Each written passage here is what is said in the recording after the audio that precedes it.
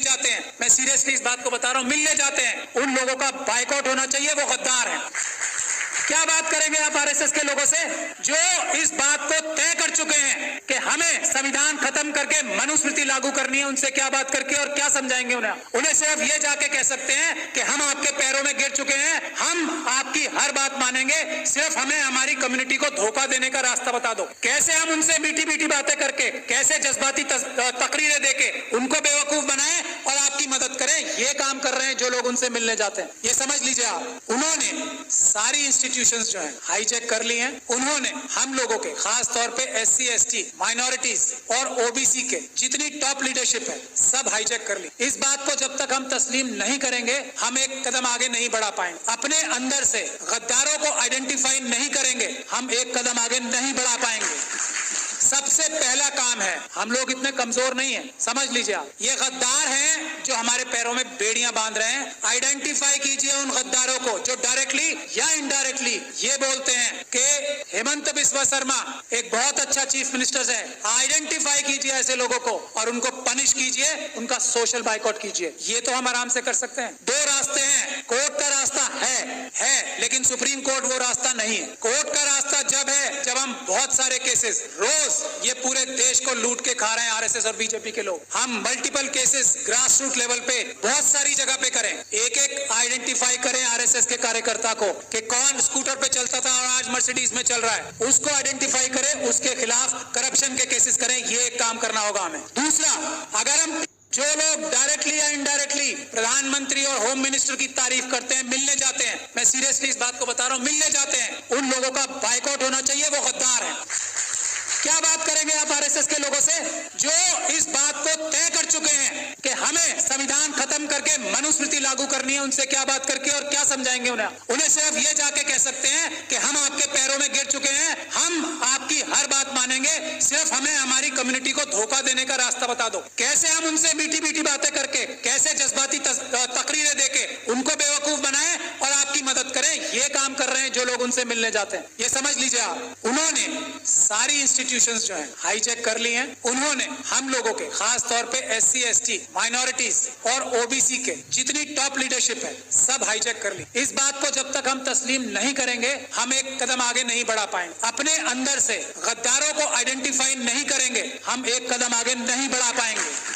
सबसे पहला काम है, हम लोग इतने कमजोर नहीं हैं, समझ लीजिए आप, ये गद्दार हैं जो हमारे पैरों में बेड़ियां बांध रहे हैं। आइडेंटिफाई कीजिए उन गद्दारों को जो डायरेक्टली या इनडायरेक्टली ये बोलते हैं कि हेमंत बिस्वा शर्मा एक बहुत अच्छा चीफ मिनिस्टर है। आइडेंटिफाई कीजिए ऐसे लोगों को और उनको पनिश कीजिए, उनका सोशल बाइकआउट कीजिए। ये तो हम आराम से कर सकते हैं। दो रास्ते हैं, कोर्ट का रास्ता है लेकिन सुप्रीम कोर्ट वो रास्ता नहीं है। कोर्ट का रास्ता जब है जब हम बहुत सारे केसेस, रोज ये पूरे देश को लूट के खा रहे हैं आरएसएस और बीजेपी के लोग, हम multiple cases grass root level पे बहुत सारी जगह पे करें, एक एक आइडेंटिफाई करें आरएसएस के कार्यकर्ता को कि कौन स्कूटर पे चलता था और आज मर्सिडीज में चल रहा है, उसको आइडेंटिफाई करें, उसके खिलाफ करप्शन के केसेस करें। ये एक काम करना होगा हमें। दूसरा, अगर हम पीसफुल प्रोटेस्ट करके जेलों में जाने के लिए तैयार नहीं है तो ये सब बातें बेकार है। अगर हम लाठी खाकर जेलों में जाने को तैयार नहीं है, अगर हम गोली खाकर जेलों में जाने को तैयार नहीं है तो ये सब चीजें बेकार है। ये चाहते हैं कि ये हम करते रहें और वो जो काम कर रहे हैं वो करते रहें। तो पहला रेजोल्यूशन ये होना चाहिए कि हमें अपने देश को अगर बचाना है, संविधान को अगर बचाना है तो हमें जेल जाने के लिए तैयार रहना पड़ेगा और जेल जाने वालों में सबसे पहला नंबर लीडरशिप का आना चाहिए, क्योंकि हम लोगों को लोग इज्जत करते हैं ना। हमारी ताकत क्या है? आज मुझे लोग इतना पसंद करते हैं, मैं क्या हूं? एक छोटा सा अदना सा वकील हूं। आज लाखों लोग मुझे सपोर्ट करते हैं, वो मेरी ताकत है। नहीं तो मेरी औकात और हैसियत नहीं है कि मैं चू भी कर जाऊं इन लोगों के सामने। ये समझ लीजिए आप। और ये बात तस्लीम हमारे सारे एमपी, एमएलए, बड़ी बड़ी तंजीमों के लीडर्स को करना चाहिए। उनकी अपनी जाती हैसियत और औकात किसी की नहीं है। मैं इस बात को तस्लीम करता हूं। आज अगर हम लोग इतनी जोर से बोल पा रहे हैं तो हमारे पीछे लोगों की ताकत है। उसकी वजह से हमें उन्हें धोखा नहीं देना चाहिए। जो अपने आप को जितना बड़ा लीडर समझता है उसे जेल जाने के लिए, गोली खाने के लिए, लाठी खाने के लिए सबसे पहले तैयार होना चाहिए आज। और जो ऐसा नहीं करता, जो इसके के लिए बहानेबाजी करता है, मसलियत बताता है कि मसलियतन जो है ना, लफ्ज बोलने वाला गद्दार है। मसलियतन ये नहीं बोलेंगे कि मैं जेल जा रहा हूँ, मसलियतन हमें प्रोटेस्ट नहीं करना चाहिए। गद्दार, बेईमान, ये हमें बोलना पड़ेगा खुल के। एक बात। दूसरी बात ये, हमारा सबसे पहला इशू आर्टिकल 1 होना चाहिए कॉन्स्टिट्यूशन का। आर्टिकल 1 क्या है? भारत की जो सीमाएं है ना, उसको अक्षुण्ण रखना। चाइना 2000 किलोमीटर हमारी जगह खा गया है। हम किसी और मुद्दे पे बात नहीं करेंगे, 2 मुद्दे हमारे शुरुआत के होने चाहिए, और हमें होम मिनिस्टर का, हमें प्राइम मिनिस्टर का घेराव इस बात पे करना चाहिए कि चाइना से हमारे देश की सेना अपनी जमीन वापस लेने के लिए बेकरार है। तुम डरपोक हो जो उन्हें रोक रहे हो, इसके लिए हमें प्राइम मिनिस्टर का घेराव करना चाहिए। ये आर्टिकल 1 है, इसके लिए करें। और आगे जाके गोली खाए, इसके बाद क्या? 2000 किलोमीटर हमारी, जिसको अलग अलग जबानों से हम कहते हैं, कोई भारत माता कहता है, हम भारत देश कहते हैं, उसमें से 2000 किलोमीटर कोई ले गया और हम यहाँ बैठ के डिस्कशन करेंगे? नहीं। या तो प्रधानमंत्री इस्तीफा देंगे या वो 2000 किलोमीटर वापस लेंगे, नहीं तो हम मार्च करके हम खुद जाके वापस लेंगे। ये हमारा पहला एजेंडा होना चाहिए। दूसरा एजेंडा इस वक्त जो है वो है मणिपुर। अगर मणिपुर के लिए हम लोग प्रधानमंत्री का घेराव नहीं करते, प्रधानमंत्री और होम मिनिस्टर डायरेक्टली इन्वॉल्व है मणिपुर में जो हो रहा है, यहाँ मणिपुर के लोग बैठे हैं, अरामबाई तेंगुल, मेतेई लिपुम, ये 2 संगठन है आरएसएस के, जिन्होंने ये सारा कारनामा अंजाम दिया है अमित शाह साहब के साथ मिलके, जिन्होंने ये सारा कारनामा अंजाम दिया है चीफ मिनिस्टर बीरेन सिंह के साथ मिलके।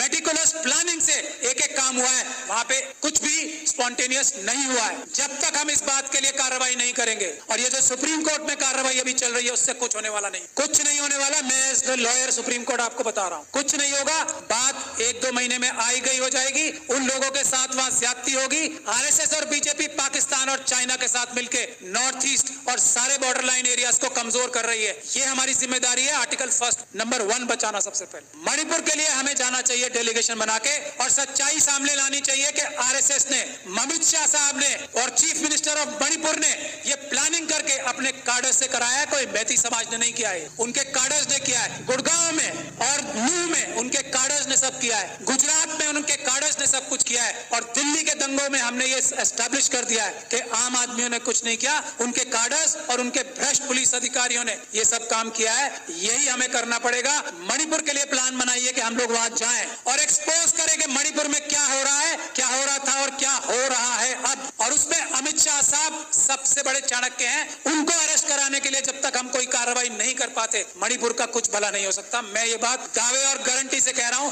He is the main mastermind, mister Amit Shah.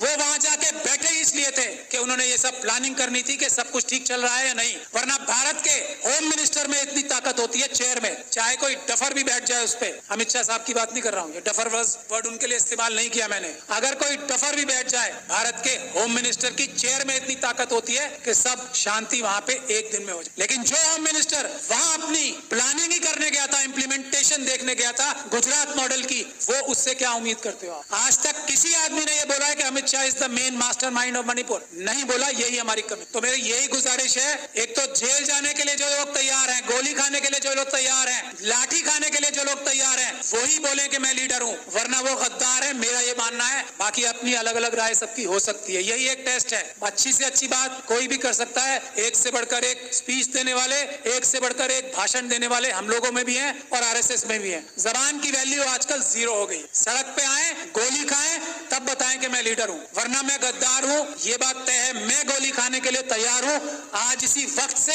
और जब आप लोग दावत देंगे कि गोली खाने के लिए सबसे आगे मैं रहूंगा, मैं ये गारंटी दे रहा हूं अपनी तरफ से। और मैं ये उम्मीद करता हूं कि इस हॉल में बैठा हर एक इंसान जो अपने आप को लीडर कहना चाहता है, वो गोली खाने के लिए, इस वक्त देश बचाना है तो गोली खाने के लिए तैयार रहना पड़ेगा। अमित शाह साहब को मणिपुर के लिए अरेस्ट कराना जरूरी है। इसके लिए हमें कार्रवाई करनी पड़ेगी। मेरी जहां भी सर्विसेज आपको दरकार होंगी, मैं वॉलंटियर करता हूं अपने आप को। बहुत बहुत शुक्रिया। जय भीम, जय Bharat. Thank you very much, Shahad Ali.